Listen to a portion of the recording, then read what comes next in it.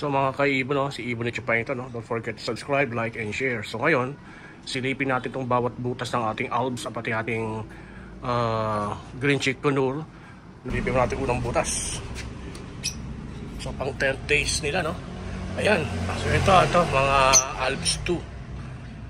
So makita mo. So that's the 10th day.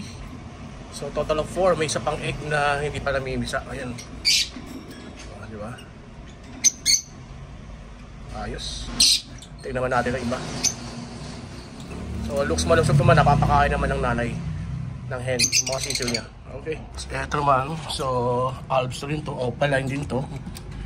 So silipin natin, ayun, narinig mo na. Silipin natin, ayun, yung nanay, very ano, ayun, medyo malaki na siya. Ayun, oh. Very good.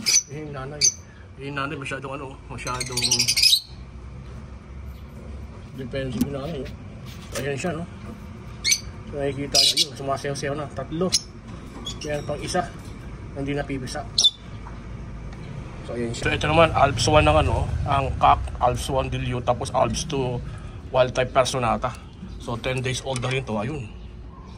O diba, 4 din. So napisaan niya lahat ng 4.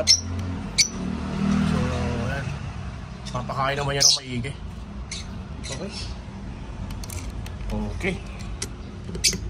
So yan si Cookie, oh. Si Shopee and Lazada. Siya yung ano, Shopee and Lazada. Yung hen is ano siya, cinnamon. At yung ano, green talaga. Pin natin. Kumusta na kaya yung ano? Ayun siya. May isa pang sitio. So siya si ano,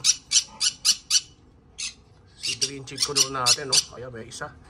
May 2 pang sisig ato. Ayun, no? Itlog. Ayun, isa. Titingnan ko lang.